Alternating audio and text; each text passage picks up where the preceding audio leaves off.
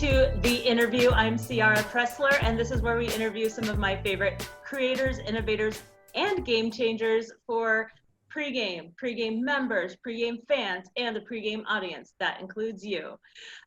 This month, it's October 2020, while we are recording this. You may watch it at any time from now till the future.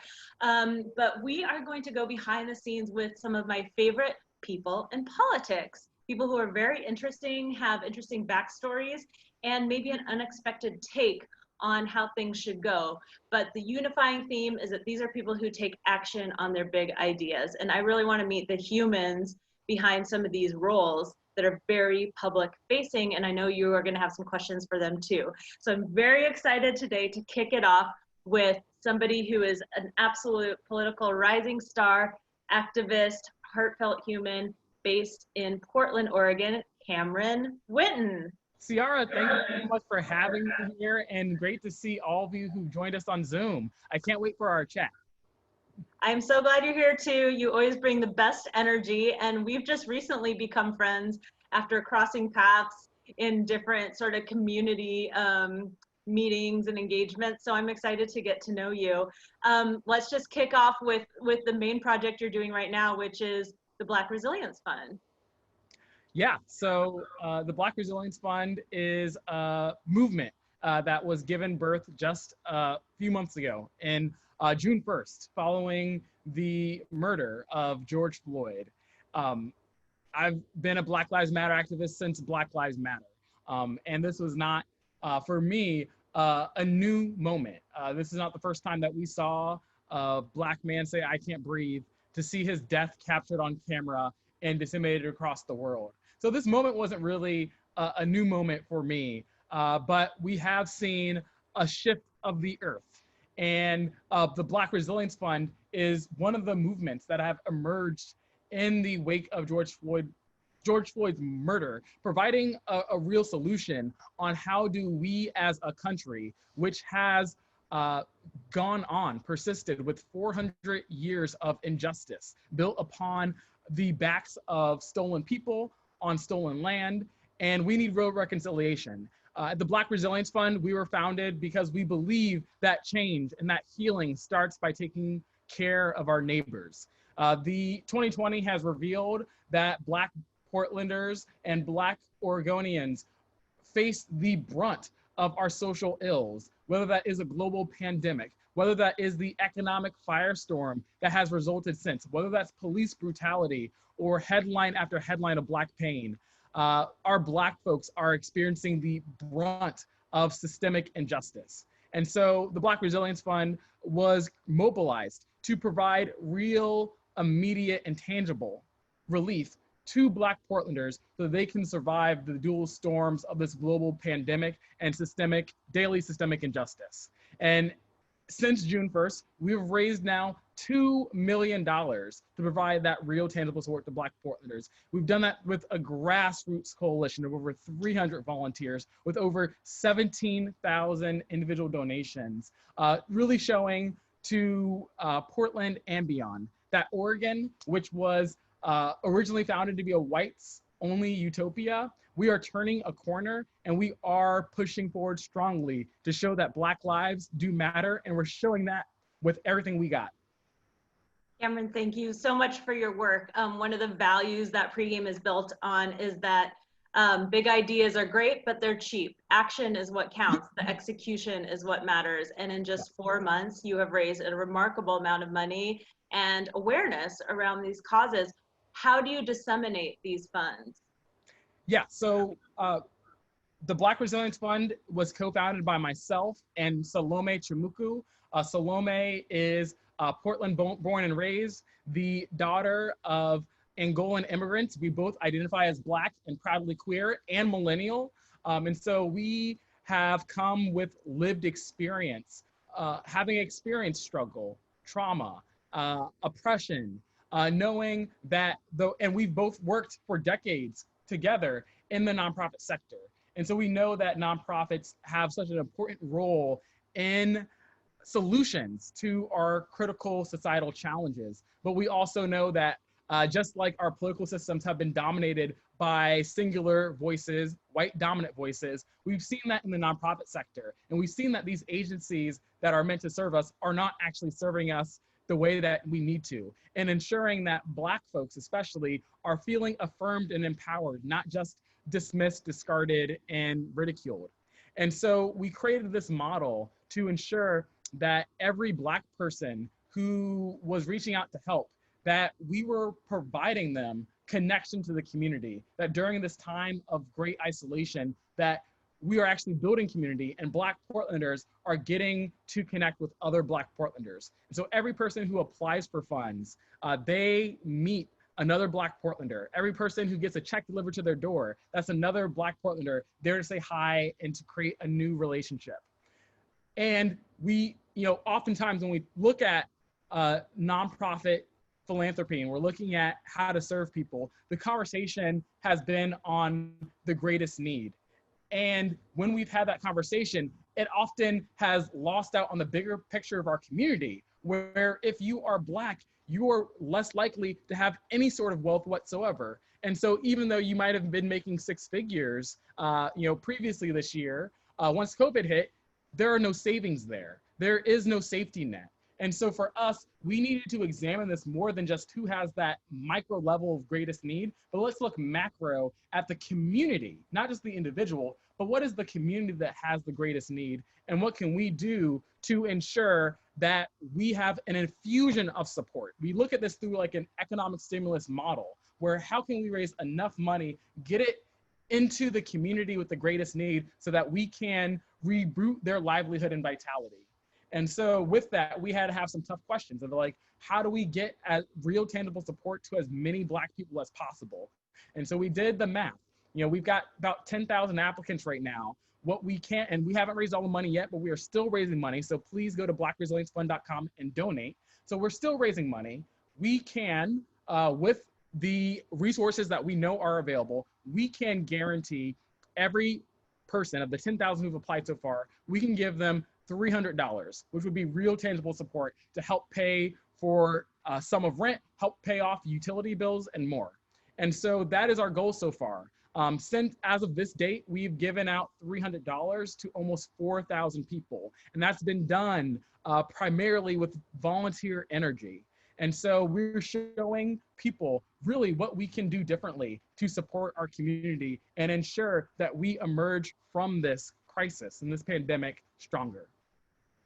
I'd like to highlight not just the significance of getting important resources and really urgent resources into the hands of Black people, but the fact that those funds are being administered and raised by other Black people and then delivered to the community. Of course, there is a stereotype that there are no Black people in Portland, which we can get into the history of why it seems that way, but it's not true. There is quite a Black community in Portland. What has it been like to rally that community together and just feel that mutual support? Yeah, it feels powerful to defy and break a myth, and that's the reality of racism. Racism, these are all illusions, and we are showing what happens when we finally wake up from that. We finally realize that our Blackness is beautiful. Our Blackness is an asset. And, we've been in a lot of conversations with community leaders, with the media. I was in an interview one time with a reporter who said, well, typically, Black people are getting support from white people, but this is different because it's Black people helping Black people. And they're like, how do you feel about that? And I was like, I actually need to correct you because that is a myth. Black people have been here forever. North and Northeast Portland was the historic heart of Portland's Black community. We had a Black Broadway, we had churches, schools, we had businesses, Black owned, serving the Black community.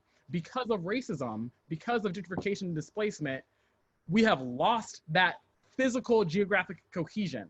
That does not mean we have to lose social cohesion. And so Black folks have always been taking care of Black folks, but we have a new platform and a new avenue to do that at a much bigger scale and to ensure that we do have cohesion, that we do have a way for real mutual aid, and that we can build a collective voice that creates transformative change for lasting impact. That is something that we have now, and we do need folks who have privilege. And we don't see racial justice work as detrimental to white people living in peace or being able to meet their basic needs. We see this as ensuring that we all have access to that, because we know that these societal challenges that we face every day is because we have denied human beings, our neighbors, the basics they need: a living wage, a good education, safe and stable housing. We are not asking for everything under the sun. We are asking for things that most people did not have to work for, who earned because of the privilege of their skin color. So we're asking for folks, just pass that privilege as like a baton, pass it forward. Give it to the folks who are here in your community and watch how far they go when you pass that baton of privilege. It really is a way to rally mutual support. I think what we're talking about here is equity, right? Not diversity, evening the playing field. I think, there's a lot of really amazing white allies and white advocates here in the Portland area, and I'm really grateful for that. But unless you have that lived experience of being a minority, whether it is Black or brown, queer, being a woman in a man's world, you don't understand how much extra effort, emotional labor, all of it that it takes just to get to the same starting line. And what we're talking about is, can we just make it a little more even so that people have a shot at having their own big ideas, taking action in their own way? Yeah. Yeah. So quick history lesson for people who don't know, because while Pregame is based in Portland, Oregon, we have an audience that goes national and even global. Oregon has a really interesting history because while it wasn't the only racist state, it was the only state to put it in writing. And in the Oregon Constitution, it literally said, no Black people. If Black people are found here, like, you will be like punished, like physically punished. It was founded as a white utopia. There are pictures of, like, not so long ago governors with KKK members.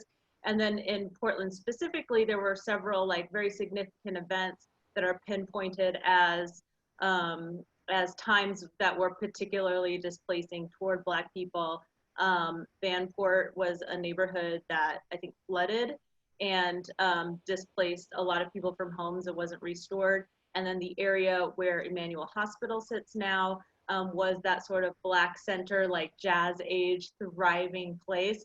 And then all that was sort of raised to build this hospital and displaced. And so some of those are significant moments in the timeline that have really disrupted Black individuals and Black businesses and the economy thriving. Yeah.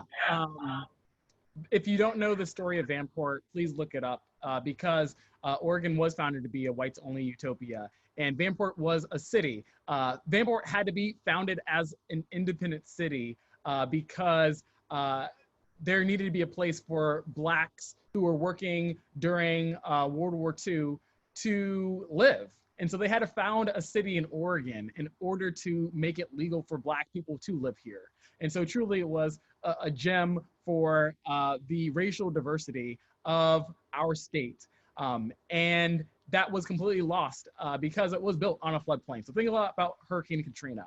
And so, as Ciara said, two great examples of racial injustice has happened here in Oregon. And for folks who were not alive, because I was not alive, Ciara was not alive when these things happened, but for white folks, they really need to understand that, yes, that flood happened decades ago. Yes, Emmanuel Hospital expanded and ripped up hundreds of homes because of eminent domain years ago. But for Black people living today, in many places, that flood has never left. And the red lines are still drawn on the ground. And so you might not see it, but that history and the power of the present persists to this day. And we cannot hide from it. We cannot live within this nostalgia for what we think our history is. We have to live with the reality of the problems that our history brought us today. And if we really want to be proud of this community that we live in and the identity that we have as American citizens or Oregon residents, we must commit to ensuring that those values that we have of freedom of inequality are lived values, not just ideal values. Yeah, and I think the thing that American culture, the American dream has to do with you can do anything you want, you can go for your dreams. And, my area of expertise is entrepreneurship.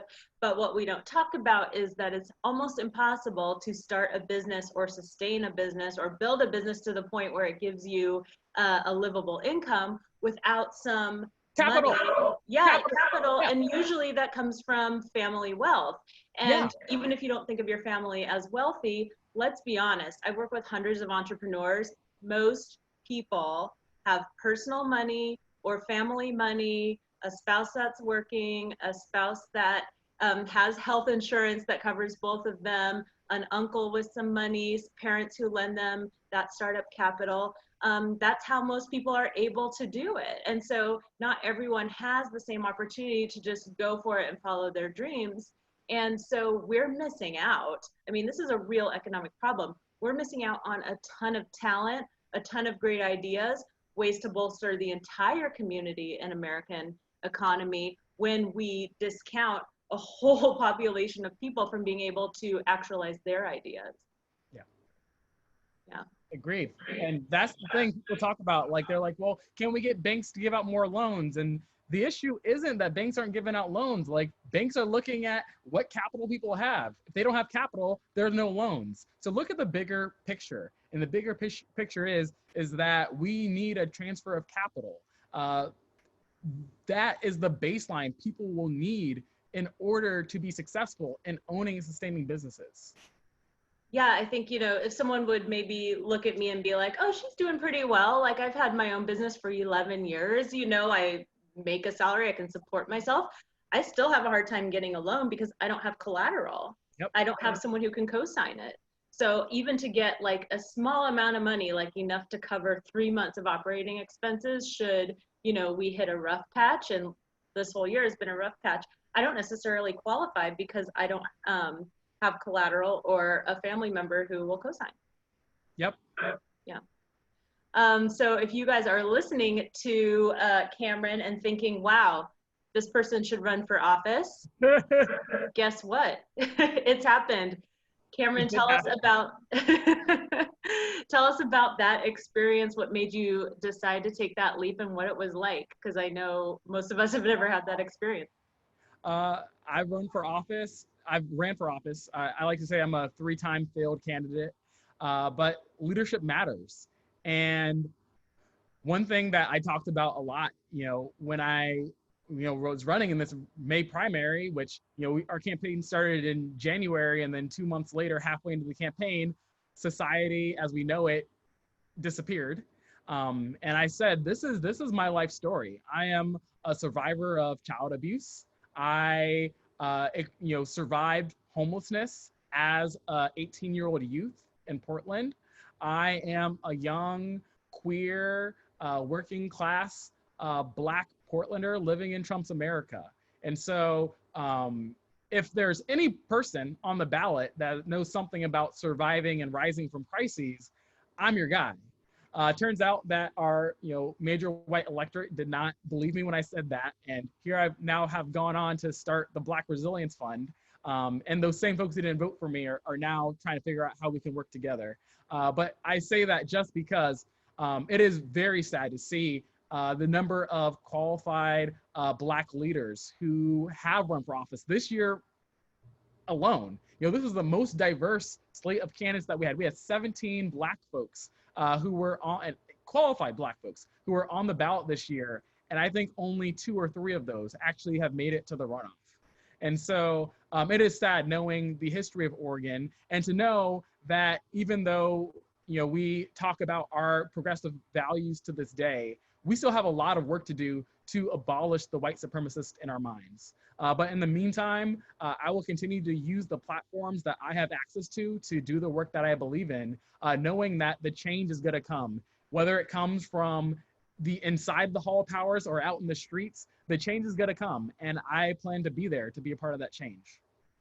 Well, and I think that doing public service is also asking yourself the question, where can I do the most good? And we don't always know that ahead of time, but certainly the impact that you have had over the last 4 months is far greater than you would have had if you were waiting to take office or like continuing to campaign for the main election happening in November, possibly. So, maybe Possibly. it just means These it systems just have means that, billions of dollars. Like right now, yeah. the council is pushing a $7 billion transportation project. And so I would love to say $2 million is a big deal, but these systems have access to a lot of the capital that our communities need in order to thrive. And so I do believe we need to see accountable leadership that is a part of the solution around real transformation. And a big part of that is going to be our elected leaders stepping up and doing the work.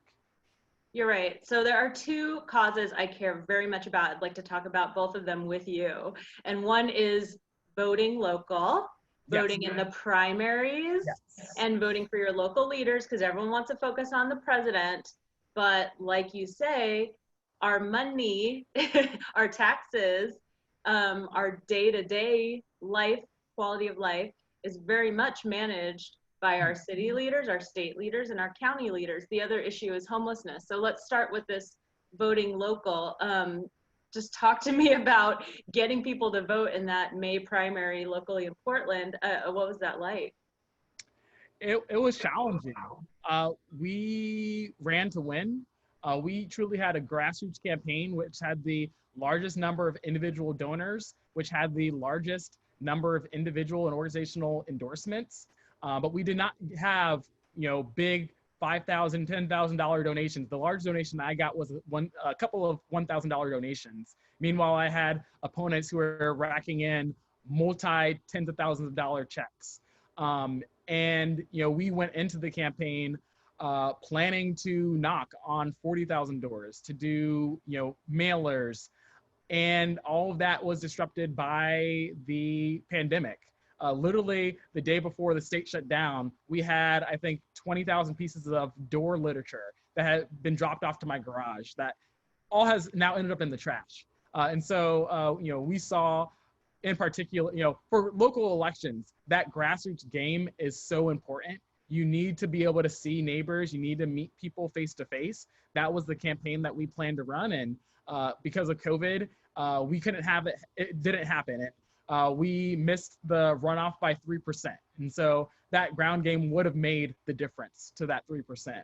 So it was a missed opportunity. But local elections are so important because that is how you see folks like a little Barry Obama become a president.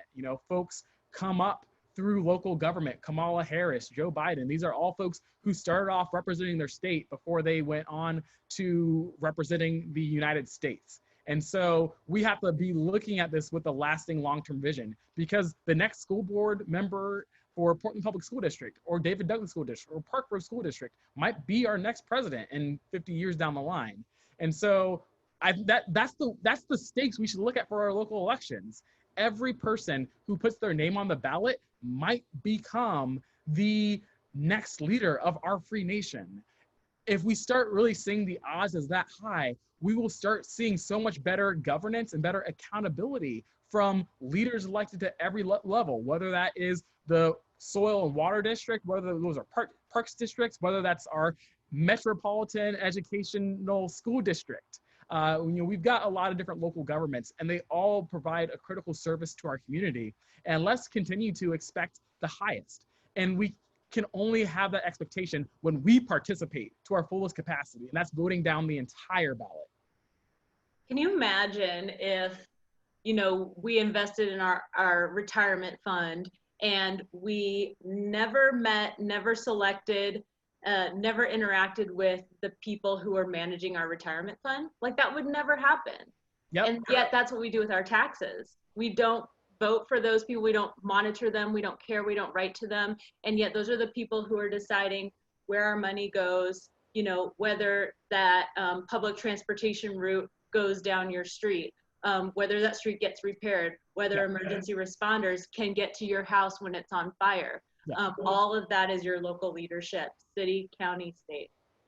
Yeah. So And the question is like, for folks who don't vote, what are you doing to serve the community? Because the very minimum, you should vote. And if you don't, that just means that there's just a higher level of expectation of what you're doing to ensure that your city and your neighborhood is thriving. voting is the bare minimum. You cannot complain about anything that's happening in your community if you can't even show up. And in Oregon, it's so easy because everything's mail-in. It's been mail-in. So you don't even have to show up anywhere. You just can put a stamp on it. So you experienced homelessness when you were 18? Yes. How did that come about? Because I think a lot of times we see people on the street, we don't think about how they got there. Yeah. So I was raised in Northern Virginia, and I experienced abuse as a child, emotional, physical. My father, very abusive.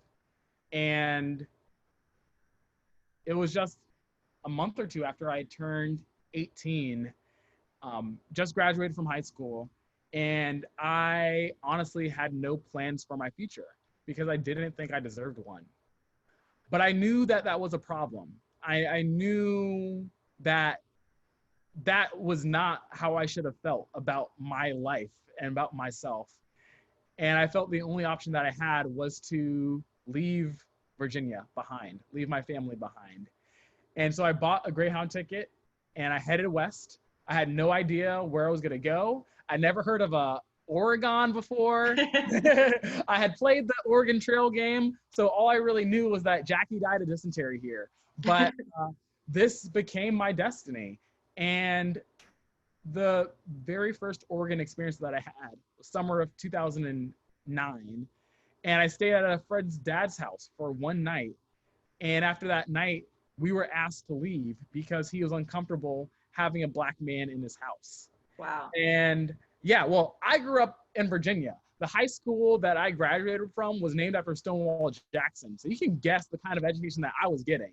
So I laughed it off. I thought it was hilarious that this man would look at the color of my skin and deny me as something as important and as vital, essential as housing. And I said, wow, I guess there's some racist people in Oregon. That's weird. But I've been here now for 11 years and it's no longer funny. But yeah, after that experience, I needed somewhere to go, and that led me to Portland. I was dropped off at the doorstep of New Avenues for Youth, a homeless youth facility, on October 6, 2009, and I've been here ever since. You went to Portland State University? I did, go Vikes. And also you have to mention PCC, Portland Community College. Yes. Awesome. And you studied? Economics. Economics. And you're also mid-MBA or got your MBA? I'm like pre-mid MBA. Like I think I took a term or two and I took a term off because of the campaign. And then I had to take a term off because the Black Resilience Fund. And then this last term, I was like, I still can't. It's still like, so I've taken a year off from a program that I had just started. But really shout out to my class of 2021. They'll be graduating while I'm getting back to school. But yeah, getting an MBA and really looking forward to just continuing to learn more about entrepreneurship and figuring out, ways to really build sustainability within doing community work in a better and accountable way.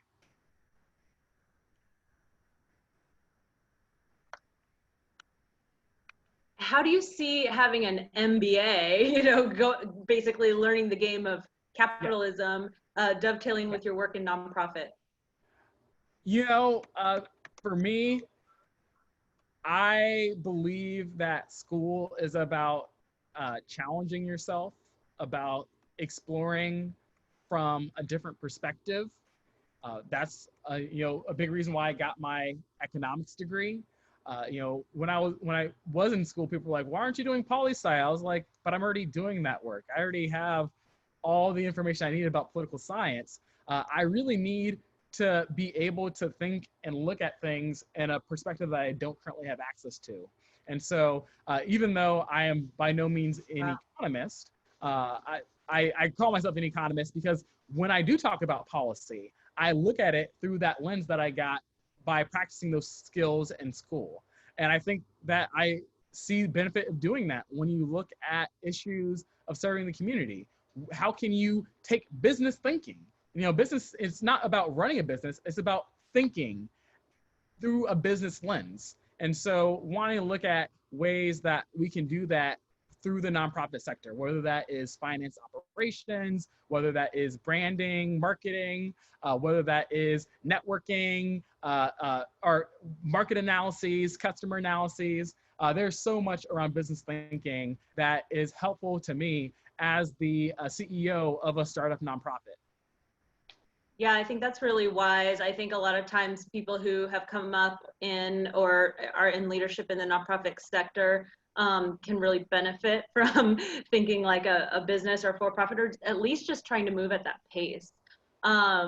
You know, just as much as the for-profit sector, the private sector is really trying to have a social conscience right now, you know, especially in our area. This is really popular, and I think not just as a trend, but because people really care about helping, especially like my age and younger. You're millennial, I'm kind of on the millennial Gen X border, but you know, people really want to feel like their work has impact. And so even in a traditional corporate model, are trying to find ways to do that through B Corp or other social impact.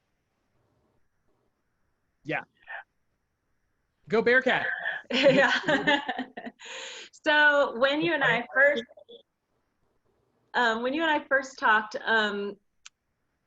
we dipped a little bit into the issues of how do you take care of yourself when you're helping other people so much? And I think this is really important because I know, you know, pregame people really care. We're really involved, but sometimes we get so overwhelmed with the problems of the world being so big. Like, what can I do by myself? Or, yeah, I'm showing up, I'm volunteering, I'm on a board, I'm going to a protest, but it's just so awful. And like, you know, how do you take care of yourself and your own mental and emotional health while fighting these huge fights? Thank you for that question. And that answer is specific and special to every person. And I will talk a little bit more about my process, but the answer really begins with believing I am worthy.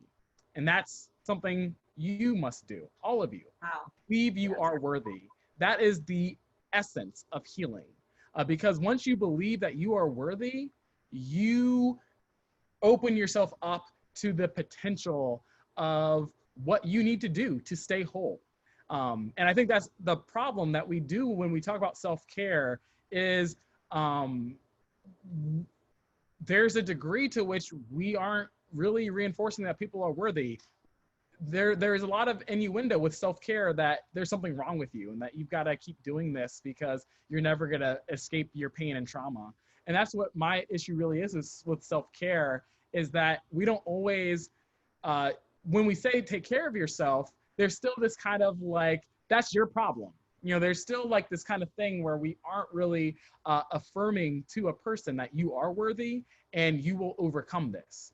And yes, do things to overcome it, but let's continue to really emphasize to that person that you do deserve to be in your best life. And that is something that you can achieve.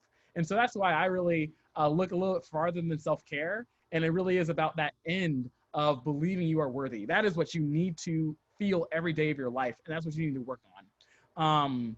And so for me, I work a lot. I do not do self-care. When someone tries to massage me, I'm like, ah, it's like putting water on the wicked witch. I'm like, don't touch me.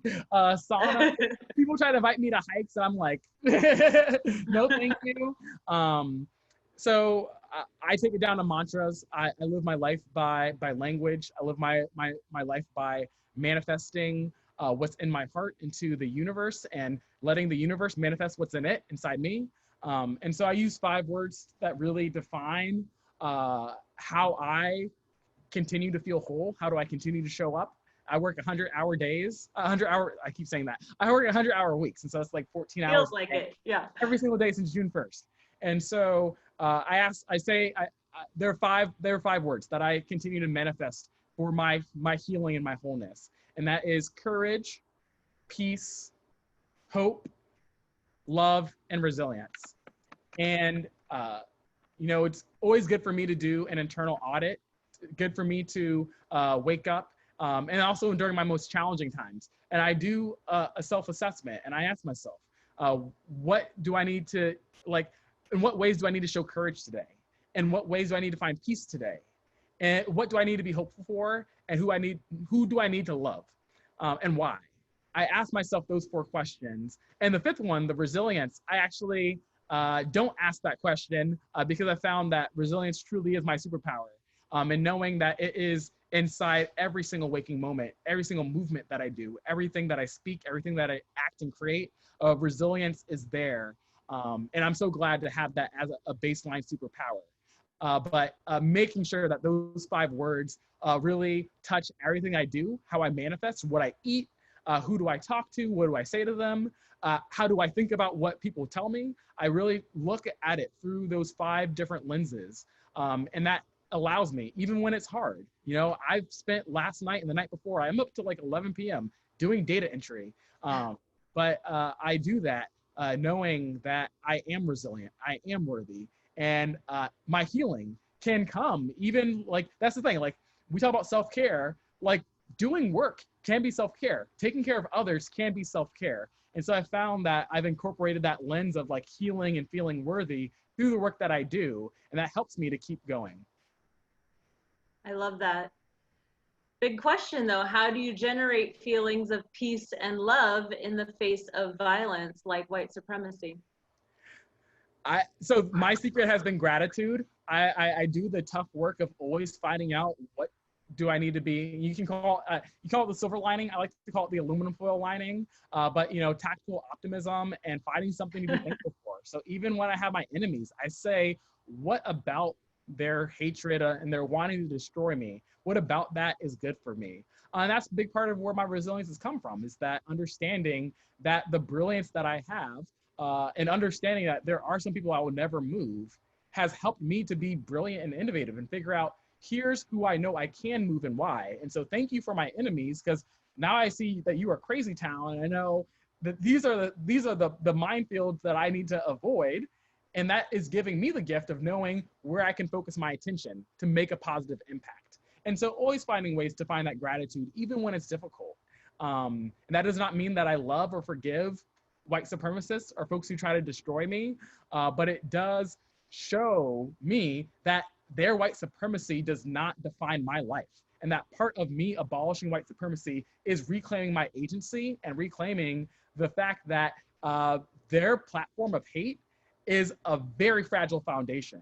And if I keep working at it, that foundation will crumble. Wow, that is powerful. Cameron, how do you define success? Dang, what is that question? I don't even know. It's our question that we ask everyone. I should have warned you. Oh, crap, I should have watched one of these first. Did I phone one of the previous speakers? But the sudden answer is the more genuine answer. If you have time to think about it, it gets less authentic. Dang. Well, see, I'm already trying to buy time, so I guess I'm becoming more of a liar. I define success through finding, I define success through, I want to say through fulfillment. It's just like completion. But I just define success by moving mountains. And I'll say that. I think that is a challenge for all of us, because I think you can look at success as I got out of bed today, or, oh, I finished my 40-hour work week, success. And I guess my definition of success is higher than that, because I think we need to expect more of ourselves. And so my definition, because even though I'm getting a master's in business, I'm very much an artist at heart, and I'm a change maker and a human at heart.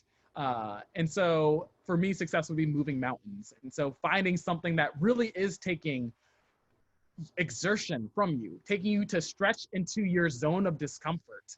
And even when you're in that wilderness, even when you are in a place where you might fail, that you find a way to move that mountain, that to me is the success. So it's something that you have to work for and something that you actually have to take risks to accomplish. Yes. Cameron, Hopefully I how answered that can well. our audience win A+? How can we support you? How can we support this cause? Well, it's two questions. How can we support your movement? And then how can we support you as a person? Thank you. So support, I'm also equity educator in my free time. And one of the things that, one of the terms that I coined during my time as an equity educator was called racial disengagement. And so when oftentimes we talk about white supremacy, if I were to ask somebody, like, if I say white supremacist, what do you think of? Oftentimes you think of a violent white dude with a pitchfork and a hood on. But the reality is that when we're talking about racism, when we're talking about white supremacy, it's an iceberg. And yes, like that very visual and abhorrent depiction of a white hood with a pitchfork, that's the tip of the iceberg. Racism and white supremacy is a whole iceberg. And underneath that tip is a huge, huge chunk of ice that is built off of complicity. And that complicity is due to racial disengagement, where if you are white, you can walk through your life. And whether it's the people you live with, they can be all white, the media you consume all white, your boss all white, your neighbors all white. That is a thing that is possible for you as a white person. If you're a Black, brown, and indigenous living in this majority white system and majority white controlled system, you do not have that luxury. There's no way that I have neighbors who all look like me, or the media I consume is all written by people who look like me, or my bosses, or the people who donate to my organization all look like me. That is not a thing. And so there's a degree to which I understand whiteness, white culture, white people, to which white folks do not. And so that's what we've seen with the George Floyd murder, where so many people were so surprised for some reason that racism is real and racism is killing us. And that has to do with racial disengagement, where you do not have proximity. You are not close to the intimate experiences of Black, brown, and indigenous people. And so my call to action with the work that we do is, how do we eliminate that disengagement? How do we engage with people from different walks of life? How do we celebrate the tapestry of our human connection? And so you must do that on a daily basis. And that is really what's going to take to undermine and eliminate racism and white supremacy. It's going to take white folks seeing that their own livelihood, their own liberation is tied intimately with those of their Black, brown, and indigenous neighbors. And so you must change. Who do you talk to in your inner circle? You must change how do you engage with your neighbors, the media you consume, the organizations you donate to, aka Black Resilience Fund and Brown Hope. But you really must re-envision your life and your humanity and realize that you must make space in your heart for your Black, brown, and indigenous neighbors. I'm happy to be a part of that experience. So you are welcome to come donate and volunteer with the work that we're doing. Go to our website, brownhope.org and blackresiliencefund.com. We accept people at the many different stages there are in their racial awareness journey. So please feel free to reach out to us and find out how we can build that beloved community together. And don't try to get out of the answer. How do we support Cameron Whitten, the human person?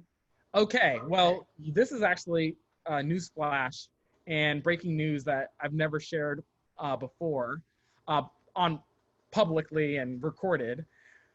One of the things that I've done this summer is I've been helping out. I've talked a little bit with my family, and one person who's really struggled a lot with the abuse and dysfunction in my family has been my youngest older brother. And he's grappled with over a decade of addiction.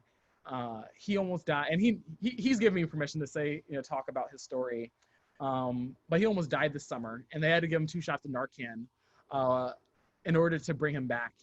And the second that he was able to leave the hospital, we flew him to Portland. And so I've been able to advocate to help him find some housing. He's gotten a few gigs here and there.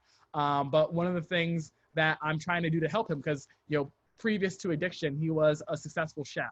And so right now I'm trying to work with him to create a special, create his own business and to ensure that he can actually start cooking for folks. And so I basically hired him on to prepare my meals for me every day, and so that he can finally start earning some consistent income. And I'm going to be launching a Patreon, asking folks who can help pitch in to help pay for, because it's not cheap to prepare, I think he's doing like 80 meals a month. And so it's not cheap. And so we currently have coming on, I'm going to start a Patreon. And for folks who are willing to donate for this, I will be doing a monthly one of these video check-ins and talk about all the different activist updates. But that is a way that, and this is my problem, people really can't help me. I always find a way of like helping me to be helping others. But I am asking folks who are willing to contribute to that Patreon. It will get me fed, and it'll also really help somebody I care about. Thank you so much, Cameron. I dipped off and dipped back on during your monologue, so I will have to watch the recording.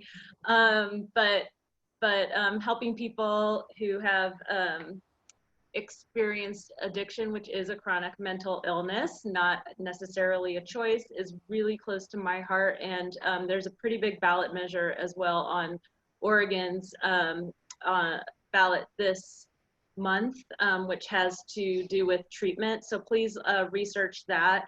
I support it. It has to do with not putting people in jail for their struggles with addiction. And so more paths, better paths to treatment is really important for healthcare and equity. Yeah. Cameron, thank you so much for your time. Thank you, Ciara. PREGAME made a donation to Black Resilience Fund today, so I hope that helps just a little bit, and I encourage everybody else to do the same. Have a great weekend, keep fighting, and taking rest when you need it. Thank you. You're a miracle of life. Take care, everyone. Please stay healthy. Thank you. Game on. I spit it cold like lyrically I'm a problem. That's when the show starts.